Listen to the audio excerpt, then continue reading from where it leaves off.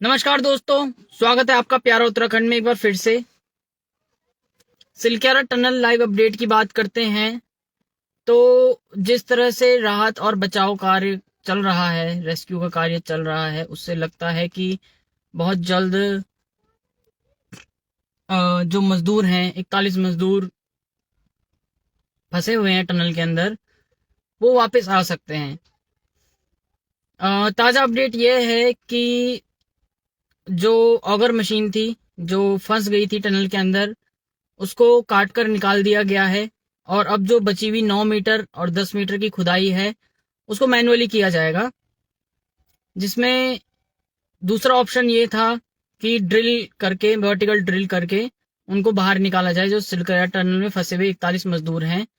तो दो तरफ से ड्रिल हो रही है।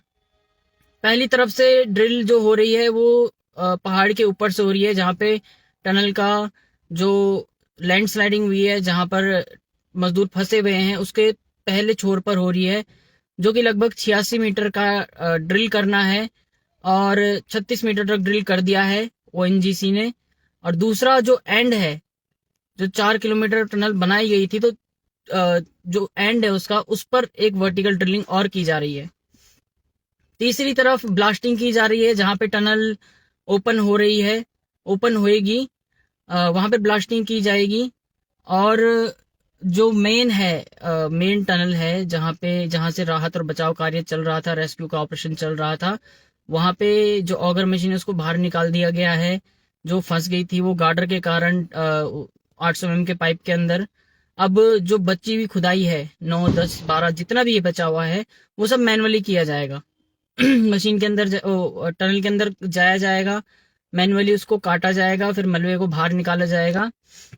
जिस तरह से उन्होंने पहले भी किया है गार्डर को काटने के लिए, उसी तरह से मैनुअल काम किया जाएगा। अब जो वर्टिकल ड्रिलिंग हो रही है, उसमें सबसे बड़ी बात, सबसे सराहनीय जो काम किया है वो बीआरओ ने किया है, बॉर्डर रोड ऑर्गेनाइजेशन।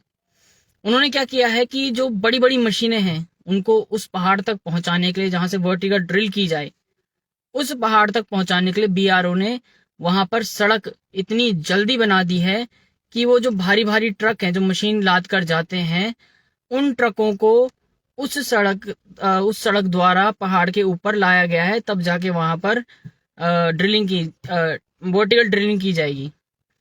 और इस पर एक मुसीबत यह भी है कि उत्तरकाशी का मौसम खराब है, बारिश की उम्मीद है। अगर बारिश आई तो, फिलहाल तो बारिश नहीं हो रही, लेकिन अगर बारिश आई तो राहत कार्य में बहुत ज़्यादा इंतज़ार करना पड़ सकता है, क्योंकि जो वर्टिकल ड्रेनिंग हो रही है, बारिश का पानी उससे अंदर जाएगा।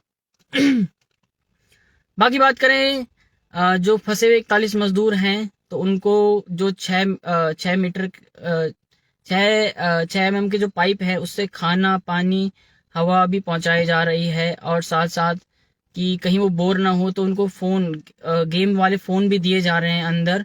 अब इतने दिन हो गए हैं, 14 दिन से ज़्यादा हो गए हैं, 16वां दिन है आज रेस्क्यू का।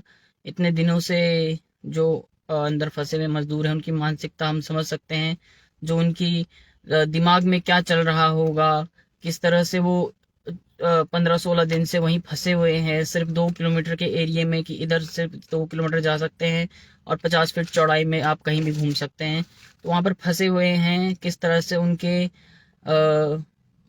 उनका मानसिक संतुलन इस समय हो रहा होगा, तो ये सबको पता है। उसके लिए डॉक्टर्स भी वहाँ पर मौजूद हैं, जो साइकेट्रिस्ट हैं वो भी वहाँ पे मौजूद हैं। कभी पुष्कर सिंह धामी जी बात करते हैं उनसे, आज प्रधानमंत्री नरेंद्र मोदी के सलाहकार ने भी उनसे बात की है, जो आज पहुंचे थे। और जो कह सकते हैं कि एक और खबर आ रही है, ये कह सकते हैं कि जो बाबा बागनाथ का जो मंदिर बनाया गया है टेम्परेरी, वहां पर उसके पीछे एक शिव जी की भी आकृति देखने को मिली है। वो जो आकृति है वो पानी के रिसाव से बना है। पानी का रिसाव कहाँ नहीं होता, लेकिन टनल के गेट पर ही उस तरह की जो आकृति देखने को मिली है, ये अपने आप में एक चौंकाने वाली है। तो ये भी कह सकते हैं कि अब भगवान भी शायद चाहते हैं कि अब वो मजदूर जो इतने दिनों से फंसे हुए हैं बाहर आ जाएं। जिस तरह से हमने देखा कि मैक्सिमम यही बता रहे हैं जो आसपास के गांव वाले हैं, कि जब से बाबा बागनाथ का जो मंदिर था उसको शिफ्ट किया, तोड़ा, तब से ये आपदा शुरू हुई है। अब एक टेम्परेरी मंदिर वहीं पे टनल के गेट के सामने आपने देखा कि किस तरह से बनाई गई है। उसमें भगवान जो वहाँ के भगवान नागराज हैं उनकी मूर्ति स्थापित की गई है।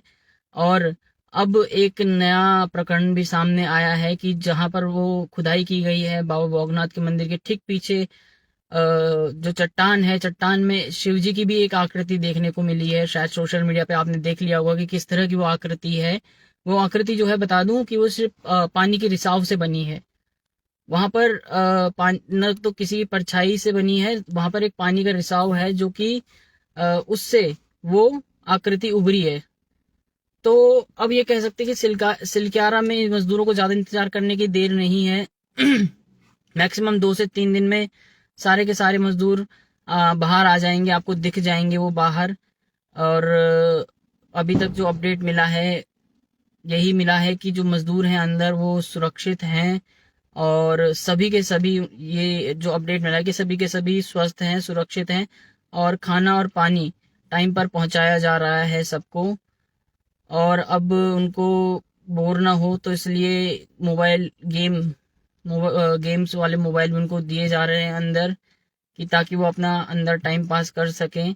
चिंता तो बनी रहती है। खैर परिवार वाले भी वहीं आसपास रोज उनसे बात करने के लिए जाते रहते हैं। सुशील पारसी जी कह रहे हैं कि ईश्वर की शक्ति के चमत्कार को कोई नकार नहीं सकता। बिल्कुल आपने सही कहा है सुशील जी, मैं भी सहमत हूँ। हम यही उम्मीद करते हैं कि जो 41 मजदूर फंसे हुए हैं वो जल्द से जल्द बाहर आ जाए। लेकिन अभी का जो ड्रिलिंग का प्रोसेस है वो बता दूं आपको कि ऑगर मशीन जो फंस गई थी टनल के अंदर गार्डर के कारण, वो सब उस ऑगर मशीन को काट कर बाहर निकाल दिया गया है। और आगे की जो ड्रिलिंग है अब वो ऑगर मशीन से नहीं होगी, वो होगी मैनुअली। पाइप के अंदर इंजीनियर्स जाएंगे और कटर मशीन से वो गार्डर और जो भी पहाड़ है उसको काटेंगे और फिर उसका मलबा बाहर निकालेंगे। उसमें थोड़ा प्रोसेस लंबा है, लेकिन फिर अगर हमने फिर से ऑगर मशीन डाली तो शायद और लेट हो जाए, फिर वो फंस जाए तो फिर 2 दिन और लगेंगे उसको निकालने में।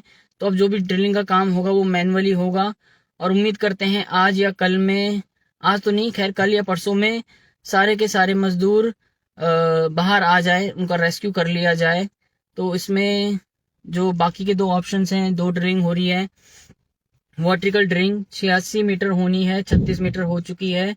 तो ये कह सकते हैं कि उसमें सबसे बड़ा जो रोल है वो बीआरओ का है, बॉर्डर रोड ऑर्गेनाइजेशन का, कि उन मशीनों को उन उस पहाड़ तक जहां से वर्टिकल ड्रिल करना है उस पहाड़ तक पहुंचाया गया है।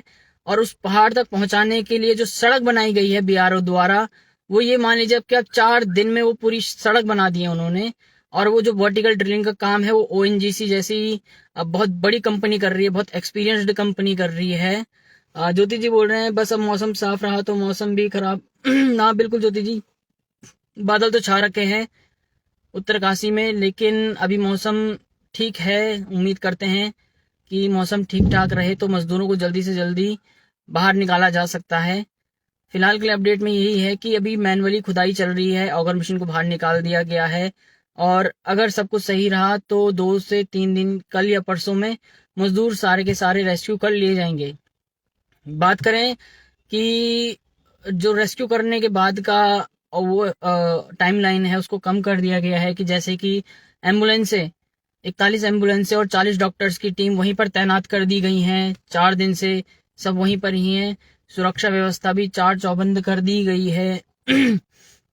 जैसे कि हमने देखा कि जो भी जितने भी एक्सपर्ट्स हैं, चाहे वो देश के हों या चाहे विदेश के हों, सब एक ही काम में लगे हैं, किसी भी तरह से उन मजदूरों को बाहर निकाला जाए। और जो काम कर रहे हैं अंदर एनडीआरएफ, एसडीआरएफ और रेस्क्यू टीम के जितने भी सदस्य हैं, उनकी तो खैर जो कोशिशें हैं वो काबिले तारीफ हैं। किस तरह से वो कोशिश कर रहे हैं उन 41 मजदूरों को बाहर निकालने की। लेकिन जो बाकी के हैं, उत्तराखंड ही नहीं देश और दुनिया के जो लोग हैं, जो प्रार्थनाएं कर रहे हैं कि कब वो 41 मजदूर बाहर आए, तो लग तो यही रहा है कि कल या परसों तक जिस तरह से अगर काम चला, कोई रुकावट नहीं आई, ऑगर मशीन निकल चुकी है, अगर मैनुअली भी काम चलता है तो सिर्फ 9 से 10 मीटर की खुदाई बाकी रहेगी है।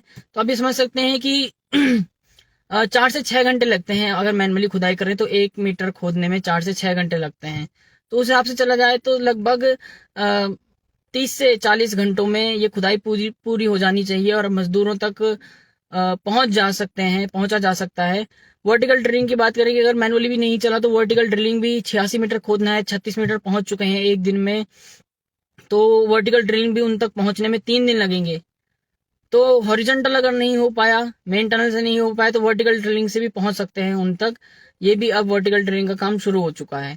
तो बहुत जल्द वो मजदूर बाहर दिखेंगे और सबको स्कॉट करने के लिए वहां पर एम्बुलेंस से पहले से ही खड़ी हैं, सुरक्षा के कड़े इंतजाम कर रखे हैं।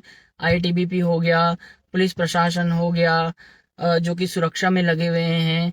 और खुदाई की बात करें तो ओएनजीसी हो गई, और ये अपना डीआरडीओ की जो मशीनें हैं उनसे जो खुदाई की जा रही है वो सब काबिले तारीफ है।